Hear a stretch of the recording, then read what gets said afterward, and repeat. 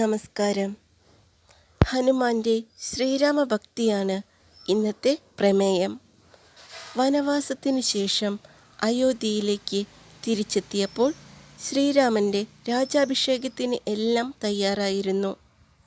രാജ്യസഭയിൽ സന്നിഹിതരായ എല്ലാവർക്കും വിലയേറിയ സമ്മാനങ്ങൾ വിതരണം ചെയ്തു.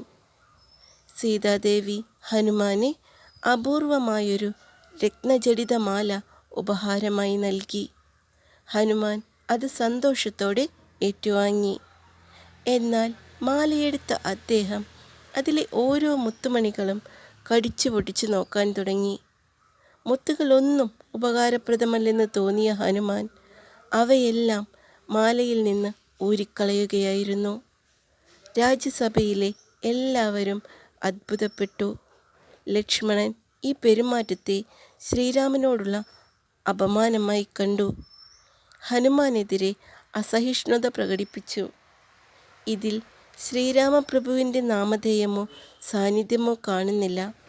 അതിനാൽ എനിക്കിതിന് മൂല്യം തോന്നുന്നില്ല. ഹനുമാൻ ഇതിനായി മറുപടി പറഞ്ഞു. നിന്റെ ശരീരത്തിൽ രാമൻ പേരോ സാന്നിധ്യമോ കാണുന്നില്ല. അപ്പോൾ നീ അതിനെങ്ങനെ മൂല്യം കാണുന്നു? ലക്ഷ്മണൻ ചോദിച്ചു.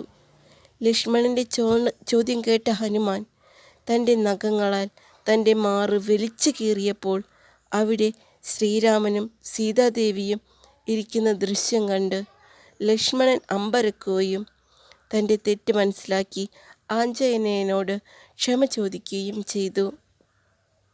നന്ദി.